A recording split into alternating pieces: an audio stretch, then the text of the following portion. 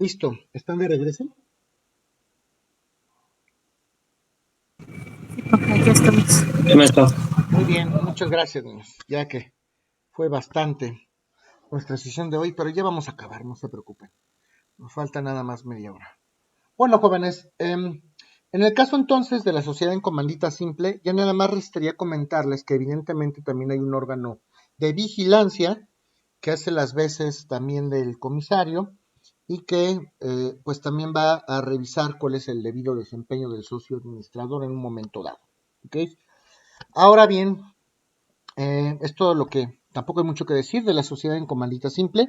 Ahora vamos a hablar de la sociedad de responsabilidad de la sociedad de responsabilidad limitada. Aquí ya se empieza a poner complicado el tema, ¿ok? No son tan poquitas reglas. Después vamos a ver, ya ahorita que lleguemos a sociedad anónima, van a ver que ni remotamente las reglas en sociedad anónima son tan poquitas como las sociedades que acabamos de ver. De hecho, nos vamos a tardar más en sociedad anónima, lo vamos a ver en un momento dado. Pero aquí ya se empieza a poner un poquito más complejo.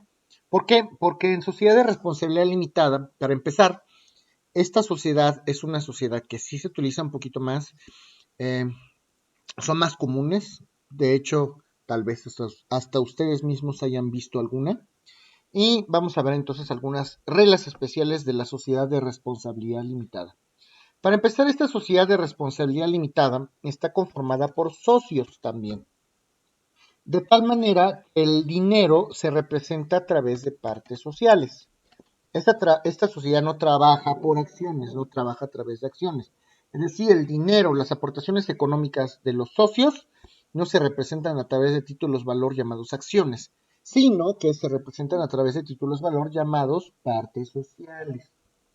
En este caso, en el caso concreto de la sociedad de responsabilidad limitada, y es por eso que es tan común, los socios, todos los socios, responden hasta por el monto de sus aportaciones.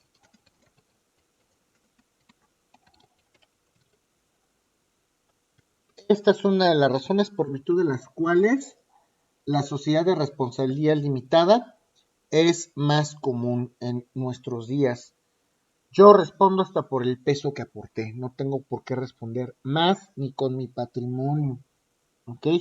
Hasta por el monto de mis aportaciones. Las partes sociales, los títulos que representan esta aportación económica, aquí en este tipo de sociedad no se pueden ceder, es decir, no se pueden transmitir a otras personas. Las partes sociales no se ceden en la sociedad de responsabilidad limitada.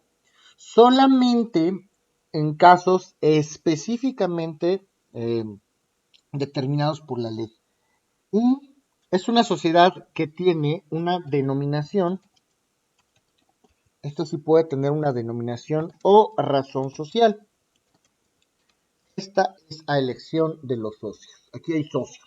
No hay accionistas porque el capital no se representa por acciones. Aquí son socios y los socios pueden elegir si la sociedad de responsabilidad limitada tendrá una denominación o una razón social. Cuando se constituye una sociedad de responsabilidad limitada, después de la denominación o razón social, se puede utilizar la abreviatura SDRL y lo dice la ley claramente. Si ustedes ven SDRL, eso significa Sociedad de Responsabilidad Limitada. Es como el apellido de la sociedad en pocas palabras. Por eso es de responsabilidad limitada, justamente, porque los socios responden hasta el monto de sus aportaciones. Pero de igual manera, si aparece el nombre de cualquier persona, el nombre, si se hace claro que esa es la sanción que establece la razón social, si el nombre de cualquier persona, con el hecho de que aparezca en una razón social, si es que se hace en una razón social, se obligan los nombres de las personas o las personas cuyos nombres aparezcan, se obligan a responder hasta por la deuda mayor de la sociedad. Obviamente está limitado pues, a sus aportaciones. En pocas palabras, luego usar razón social no es tan conveniente, porque por el simple hecho de que aparezca mi nombre, en esa razón social, yo estoy obligado a pagar hasta por la deuda mayor. Mejor quitémonos de sofisticaciones y utilicemos una denominación social. ¿Ok? Bueno, la sociedad de responsabilidad limitada tiene como límite 50 socios, no puede haber más de 50 socios, y las partes sociales tienen que ser múltiplos de un peso. Cada parte social debe de ser un múltiplos o deben de cuantificarse múltiples de un peso. ¿Ok? Aquí empieza lo interesante. Esta sociedad se puede constituir de dos maneras y es igual que la sociedad anónima. Notario o corredor se puede constituir ante notario o corredor y ahí no hay problema. Llego con el notario, llego con el corredor, oye, quiero hacer una sociedad, queremos constituir una sociedad de responsabilidad limitada, te damos los datos de los socios, los montos, etcétera. Esa es la primera opción y entonces el notario corredor tendrá lista el acta constitutiva para su firma después de haber solicitado el permiso, porque cada vez que yo voy a utilizar un, eh, una denominación o una razón social, se tiene que autorizar por parte de la Secretaría de Economía o ya de la Secretaría de Relaciones Exteriores. Autorizan el uso de esta denominación, nada más para que la puedan usar. Y pueden ya estar ocupadas, que eso es importante. Entonces, si no están ocupadas, pues bueno, ya las usamos, ya que me dieron ese permiso, que además tiene una vigencia, el notario, el corredor, me citan para firmar el acta constitutiva y se acabó. Entonces, esa es la primera manera de constituir estas sociedades, a través de notario o a través de corredor.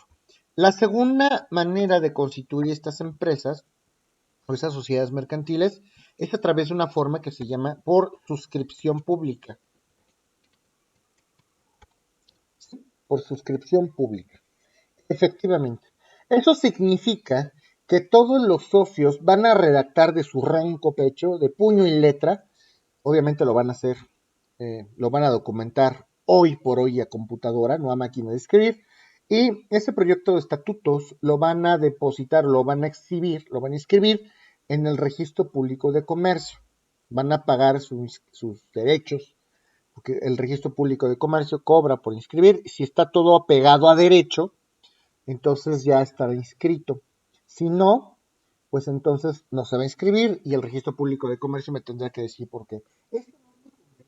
La suscripción pública no es nada conveniente porque luego las personas que quieren constituir, como no saben de derecho, hacen unas cosas impresionantes y casi es una de 90 que admiten, ¿eh? Las otras 99 las desecha el registro público de la propiedad porque no supieron redactar los estatutos ni pedir los permisos correspondientes. Entonces, lo conveniente es hacerlo ante notario o corredor.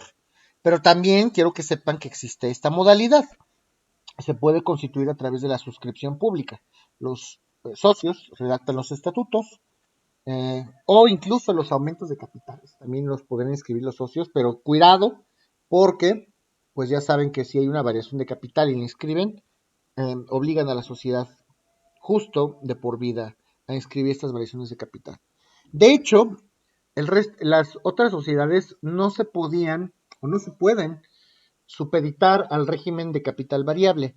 La sociedad de responsabilidad limitada sí permite someterse a este régimen de capital variable, que significa que vamos a llevar un libro de variaciones de capital, donde entonces yo voy a tener dos tipos de capital. El capital fijo es el capital que está inscrito, el capital que señala que está escrito en el acta constitutiva. Si el acta constitutiva dice 50,000 pesos, que se representan a través de 50,000 partes sociales, ese va a ser mi capital fijo y no lo voy a mover. El capital variable va a ser el que aparezca en el libro de variaciones de capital. Entonces es muy importante que ustedes asocien y sepan esto. El capital fijo es siempre el que va a aparecer en el acta constitutiva, en el artículo del acta constitutiva. Y el capital variable es es la variación de capital que se va a establecer en el libro de variaciones de capital. ¿Sí está claro esto o no, jóvenes?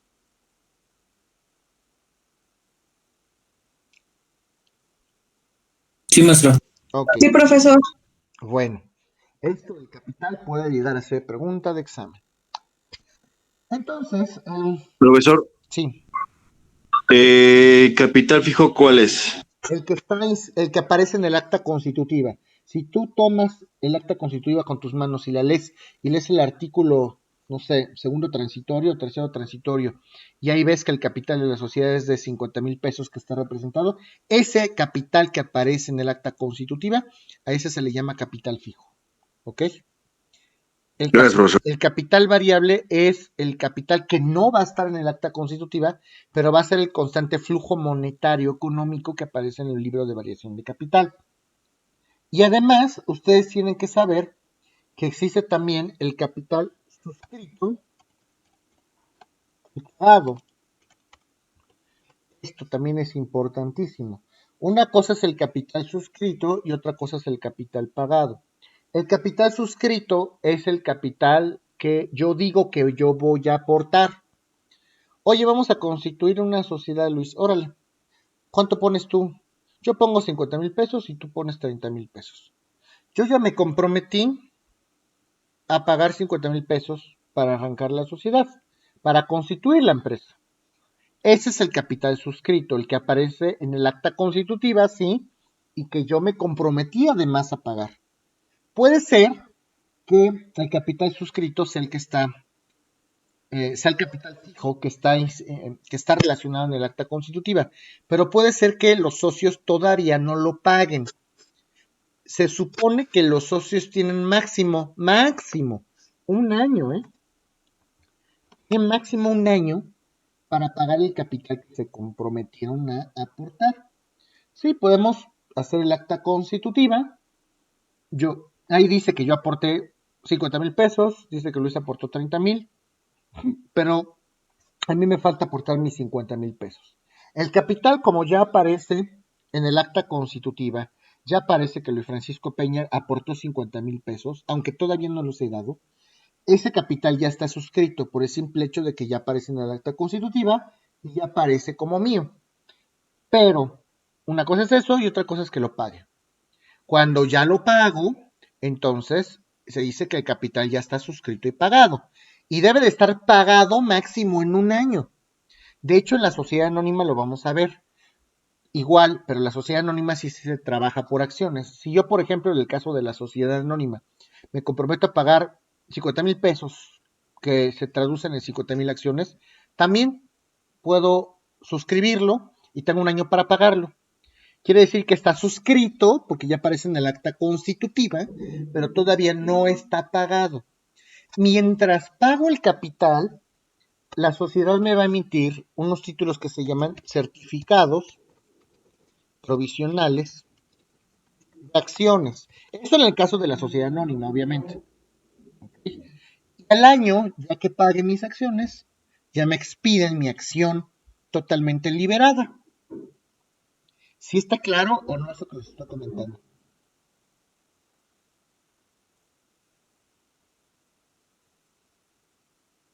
Ok. Sí, profe, ¿no me puede repetir, porfa, lo de la capital variable, que es un constante flujo de qué? Sí, cuando tú constituyes una empresa y te comprometes a establecer 50,000 pesos de capital, el estatuto, o más bien, sí, el estatuto o el artículo del acta constitutiva va a decir que el capital de la sociedad es 50,000 pesos. Ese capital es fijo, ya no se puede mover a menos que hagan un acta de asamblea ordinaria o extraordinaria. Pero ¿qué pasa con la sociedad que constantemente está recibiendo dinero y pagando cosas? Todos los días la sociedad, hoy recibió 1,000,000 de pesos, pero tuvo que pagar 400,000, pero ya erogué otra vez 300,000. Ese capital no lo puedo estar inscribiendo todo el tiempo en el acta constitutiva. Es ilógico, no puedo estar modificando todo el tiempo el estatuto y el artículo del capital. Todo el tiempo está en constante flujo. Para evitar modificar ese artículo, trabajamos con el capital variable. Hay un libro donde se anotan constantemente todas las variaciones del capital. Se le llama libro de variaciones de capital. Y ahí voy a anotar. Si yo constituí la empresa bajo el régimen de capital variable, no estoy obligado a inscribir el capital variable o las variaciones de capital en el registro público, solo el fijo. Si por accidente se inscribe el capital variable, el resto de la vida de la sociedad voy a tener que inscribir este capital en el registro público de comercio. ¿Sí quedó claro? Sí, profe, gracias. Ok, ¿alguien más? Yo, profesor, me perdí cuando mencionó lo de certificados provisionales de acción. Ok, les comentaba que hay dos tipos más de capital.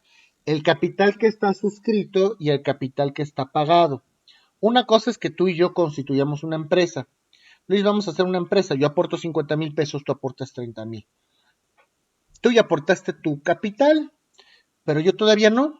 Ya la constituimos, ya tenemos el acta constitutiva. Pero en el acta constitutiva ya dice que yo aporté esos 50,000, aunque no los he dado físicamente todavía. Y tú ya. Entonces, pues yo tengo un año para pagar ese capital que suscribí. Por el simple hecho de que esté ya señalado en el acta constitutiva, quiere decir que ese capital ya está suscrito. ¿Ok? Ya es suscrito. Ahora, yo tengo máximo un año para pagar ese capital suscrito. Y yo les comentaba que en la sociedad anónima pasa un fenómeno similar. Cuando, específicamente la sociedad anónima, cuando yo constituimos la empresa, igual yo digo que aporto 50,000 y entonces tengo un año para pagarlos. En lo que pago, en ese año, lo que pago, en vez de darme las acciones, porque las acciones solamente me las van a liberar y me las van a entregar ya cuando pague, en vez de darme las acciones, me van a dar un documento que se llama certificado provisional de acciones, para acreditar que suscribí ese capital, pero que todavía no lo he pagado. Y al año, ya cuando pague el capital, ya me entrega mi acción definitiva. ¿Sí está claro? Sí, profesor, o sea, en pocas palabras es como el sustituto hasta que usted pague ya se le Ajá. entregan las acciones. Sí, dame un papelito que diga pues que yo soy participante de estos 50,000 pesos. Aunque todavía no los pague, dame un papelito que acredite, sí, te voy a dar un certificado provisional de acciones. Con eso se acredita que tú te comprometiste a aportar 50,000 pesos. Ya cuando los pagues, ya te exhibo, o ya te expido tu acción definitiva. ¿Ok? Gracias, profesor. Maestro, una duda. Sí. Por ejemplo, cuando haces eso, te expiden tu certificado provisional de acciones, ¿tú ya empiezas a generar las ganancias de inmediato? ¿Tú qué crees? En algún caso, cualquier sociedad que se inscriba o se constituya en un momento dado, pues las ganancias no son inmediatas, a menos que ya tengas un cliente por ahí, ¿no? Sí, o sea, Entonces, tomándolo así, porque por ejemplo, pues así podrías decir que vas a dar y de la misma ganancia lo aportas. de esa manera, efectivamente. Pero salvo que tengas un cliente en particular, pues inicias prácticamente arrancando. Hay gente que pues, empieza sin nada. Vamos a constituirla. Y generalmente las personas que se animen ya a constituir empresas es porque ya tienen a lo mejor algún cliente por ahí trabajando, porque tienen algún cliente ahí, pues que ya puede llegar a funcionar. Hay algunos que sí se pueden llegar a aventar. ¿Ustedes se aventarían a constituir una sociedad sin tener todavía ningún cliente? Pues puede ser, ¿no? Yo en lo particular me aventaría hasta que ya tuviera por lo menos 2, 3 clientecillos para poderme capitalizar. No sé qué Ujú. opinen ustedes. Ujú. Sí, igual. Sí, sí, sí. Y pensando en eso, pues por eso existen los certificados provisionales. En el caso de la sociedad anónima, los certificados provisionales de acciones. ¿Ok? Sí, maestro, gracias. Bueno. Entonces, estas sociedades se pueden constituir por suscripción pública, les comentaba. Y les estoy diciendo esto porque en el caso concreto de la sociedad de responsabilidad limitada, al momento en que se constituye la empresa, los socios están obligados por lo menos a exhibir, es decir, a pagar el 50% del capital. Por lo menos están obligados a pagar el 50% del capital. Suscrito y pagado, suscrito y exhibido. El otro 50, ok, pues nos podemos esperar un año, pero por lo menos se tiene que pagar el 50%, ¿ok? Aquí en este caso, eh, también es posible hacer cesión de partes sociales. Si yo quiero transmitir mis partes sociales, si se las quiero dar a alguien más, porque las partes sociales, aparte de representar el dinero que yo aporte a la sociedad, representa mi calidad de socio en la empresa. Y esa calidad de socio puede generar ciertos derechos, evidentemente. Eso quiere decir que, pues no es un simple documento, sí, vale dinero, pero también vale derechos dentro de la empresa. Y yo lo puedo transmitir, sí, por supuesto que lo quiero transmitir, pero tiene que ser con con el consentimiento de los demás socios. Y eso es porque, no sé si ya lo vieron en derecho civil, es bastante importante esto, pero hay que respetar el derecho del tanto. Si yo quisiera vender mis partes sociales a un tercero, yo se las quiero vender al extraño Juan Pérez. Y ustedes son mis socios, máximo son 50, tal vez si se pueda. ¿Ok? Ustedes me van a decir, a ver, antes de que se la vendas a Juan Pérez, nosotros tenemos derecho a ser preferidos en esa venta. Y es muy importante porque esto puede anular la venta de la operación, ¿eh? Si yo no les pregunto a ustedes si están interesados en mis partes sociales antes de transmitirlas o antes de venderlas, ustedes pueden anular mi venta. Oigan, voy a vender mis partes sociales. Hay una persona ahí que está interesada. ¿Alguno de ustedes que son mis socios está interesados en adquirirla? Y tienen 15 días para decirme si sí o si no. Si sí, pues bueno, ya nos haremos bolas y repartiremos las partes sociales. Y si no, pues entonces esa renuncia se hace por escrito, perdón, y ya podré vender entonces mis partes sociales. ¿Sí está claro o no? Sí, maestro. Bueno. Estas partes sociales, cuando están en poder de alguno de los socios, son indivisibles. No crean que si son 5,000 partes sociales, me van a dar 5,000 papelitos o cuponcitos. No, es un solo documento, una hoja carta que acredita 50,000 partes sociales. ¿Ok? Y solamente cuando voy a amortizar, porque eso sí es posible hacerlo, pudiera amortizarse con mi participación económica al capital de la empresa, pues sí, se puede amortizar y entonces es una restitución de capital a los socios. Obviamente el contrato social o el acta constitutiva tiene que establecer estas reglas. Pero imagínense que digo, pues yo ya no quiero mi parte social, ya no quiero formar parte de esta empresa y mi parte social la voy a aportar al capital de la sociedad. Ahora va a ser parte de comercial ciudadano de refresco, sociedad de responsabilidad limitada. Ustedes como socios se tendrían que repartir a lo mejor, se tendría que amortizar, porque ya es parte ahora del patrimonio de la sociedad, pero ustedes de manera paulatina y proporcional tendrían que repartirse esa parte social que yo aporté para amortizar el capital de la sociedad. Amortizar significa aportar capital a la sociedad. ¿Sí está claro o no, jóvenes? Voy a repetir lo de amortizar, profesor. Aportar dinero a la sociedad. Paga tus amortizaciones, haz tus pagos para que te capitalices. Una amortización es un pago que va a capitalizarte. ¿Sí me explico? Sí, profesor. Bueno, obviamente el acta constitutiva tiene que establecer las reglas mediante las cuales se hacen estas aportaciones o amortizaciones a capital. ¿Ok? Y en este tipo de sociedades no se pueden hacer aportaciones consistentes en trabajo. En pocas palabras, aquí no hay socios industriales.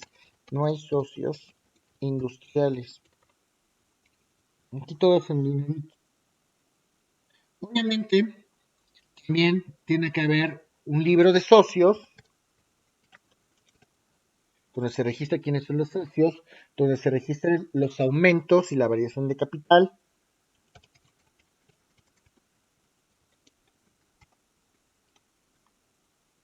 Así tendrá que ser.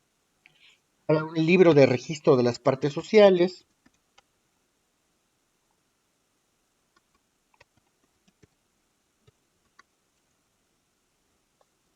Registro de las partes sociales. Va a haber un libro de asambleas del órgano de administración.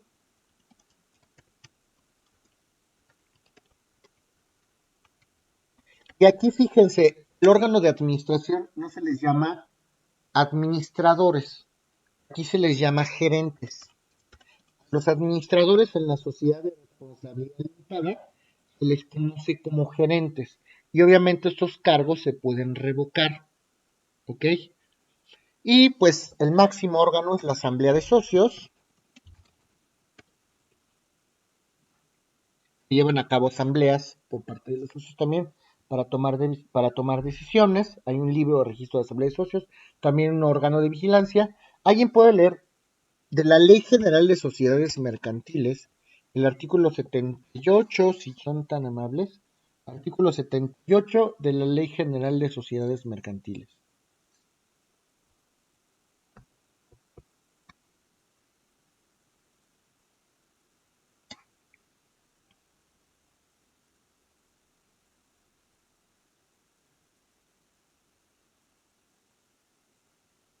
Voy más. Sí, adelante. Artículo 78.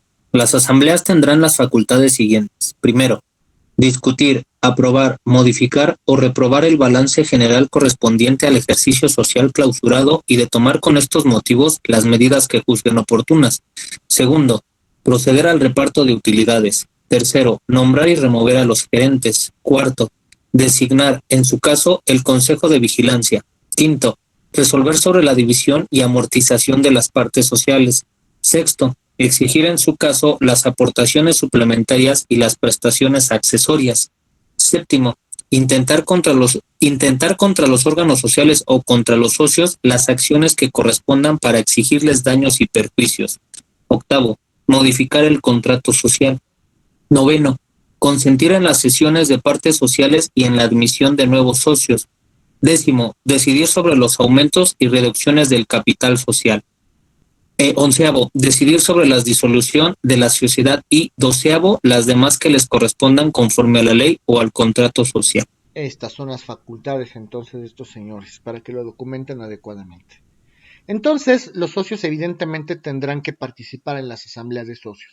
Y también se tendrá que establecer un domicilio social.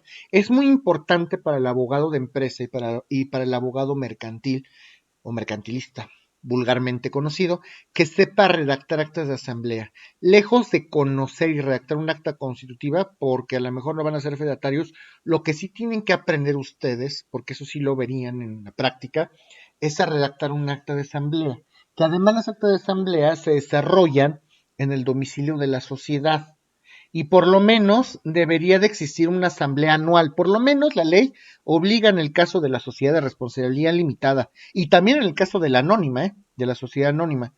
En este caso, la ley obliga por lo menos a que sea una asamblea anual para ver cómo van las cosas, para ver cómo van los estados financieros, etcétera. Y estas asambleas son convocadas por los gerentes, que es el órgano de administración, o también pueden ser convocadas por el Consejo de Vigilancia. Y si no, las asambleas pueden ser convocadas por los socios que por lo menos, entonces, ¿quiénes pueden convocar las asambleas? Puede ser el Consejo de Gerentes, puede ser el órgano de vigilancia o los socios que representen por lo menos la tercera parte del capital de la sociedad. Por lo menos aquellos que representen la tercera parte del capital social. Y las convocatorias obviamente se tienen que hacer conforme a derecho. Tendría que ser, si es que son muchos los socios los que hay, tendría que hacerse a lo mejor en copia certificada. Y tendríamos que tener copias certificadas de las asambleas. Se tiene que levantar un acta de asamblea y se nombra un delegado especial. Si somos 3 socios, por ejemplo, hacemos el acta de asamblea, se redacta. La persona que redacta el acta se le llama escrutador y es el que cuenta los votos. Están todos presentes y el escrutador cuenta los votos y redacta. Y entonces, al final del acta de asamblea, al final de la asamblea, los propios integrantes nombran un delegado especial para que vaya con el notario y protocolice esa acta de asamblea, junto con las convocatorias en copia certificada si es que las hubiera. Y bueno, antes la ley hablaba de que Acuérdese que se necesita voto para tomar las decisiones. Antes la ley hablaba de que el voto se podía dar a través de la correspondencia. Hoy ya son otras épocas. Los socios pueden ponerse de acuerdo de otra manera. Para modificar el contrato social, si es que los socios en la sociedad de responsabilidad limitada quisieran modificar el acta constitutiva, tienen que celebrar un acta de asamblea y tienen que estar a favor por lo menos las 3/4 partes del capital social, es decir, la mayoría. Imagínense, 3/4 partes es el 75% del capital social, excepto en los casos en que se vaya a aumentar el objeto, por ejemplo, y aumentan las obligaciones.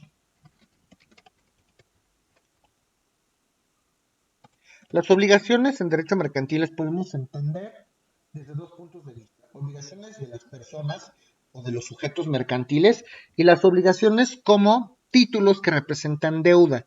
Hay un título que se le conoce como la obligación. Una obligación representa un pasivo que también se puede comercializar para, pues, poder obtener un lucro en un momento dado. ¿Ok? Entonces, en estos casos, cuando se vaya a ampliar o disminuir el objeto y cuando se vayan a aumentar las obligaciones, en esos casos, por unanimidad, se deben aprobar. ¿Ok? El Consejo de Vigilancia también va a estar pendiente de que se lleven a cabo estas obligaciones, que no asistan extraños a la sociedad, a las asambleas. En el caso de las utilidades se reparten de manera anual a los socios y no pueden ser mayores. Las utilidades no pueden ser mayores al 9% de las aportaciones el primer año, cuando se inician actividades, claro está. Entonces, pues no se pueden repartir utilidades más allá del 9% al principio, pues porque se entiende que apenas se está arrancando la sociedad. Solo cuando se inician actividades. Y esto del arranque de la sociedad de responsabilidad limitada se supone que es el primer año. Pero si las cosas siguen difíciles, hasta los 3 años máximo se puede repartir máximo 9% de utilidades a favor, no nada más de los socios, sino también de los empleados. Después están obligados a repartir las percepciones de manera regular. ¿Alguien tiene alguna duda de lo que acabo de comentar, jóvenes?